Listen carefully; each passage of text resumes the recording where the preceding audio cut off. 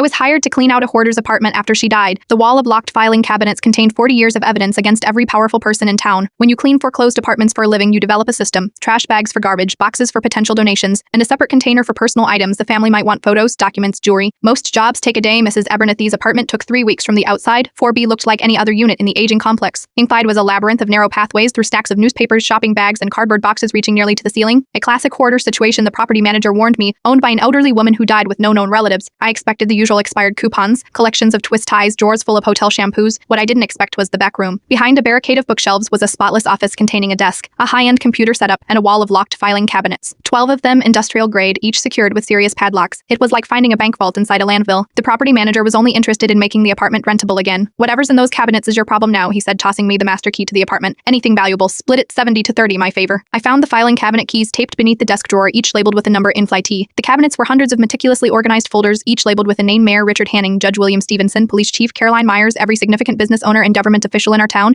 had a dedicated folder, some spanning back to the 1980s. The contents were astonishing. Photographs of secret meetings, transcripts of recorded conversations, bank statements showing suspicious patterns, copies of emails and text messages that were never meant to be seen. Some documented affairs or substance abuse, but most revealed deeper corruption, bribes, evidence tampering, blackmail, fraud. Mrs. Abernathy, whom neighbors had dismissed as a mentally ill recluse, had been systematically documenting the town's corruption for 4 decades. A notebook on her desk contained a final letter: "To whoever finds this, I was a court stenographer for 43 years. I heard things I wasn't meant to hear, saw things I wasn't meant to see. When I reported irregularities in a 1981 murder trial, I was threatened and subsequently diagnosed as paranoid. I've never used this information for personal gain. I simply believe there should be a record of the truth." For 3 days, I read through the files, utterly absorbed. The mayor had covered up a drunk driving accident that killed 2 teenagers. The beloved elementary school principal had embezzled over $200,000 from the district. The police chief had deliberately buried evidence in 3 sexual assault cases involving prominent families. What was I supposed to do with all this if I turned everything over to the authorities? Who could I trust? The police chief, district attorney, and half the judges in town were implicated. If I went public, would anyone believe a cleaning contractor with files from a woman labeled as mentally unstable? On the 4th day, I made copies of key documents. On the 5th, I made a decision.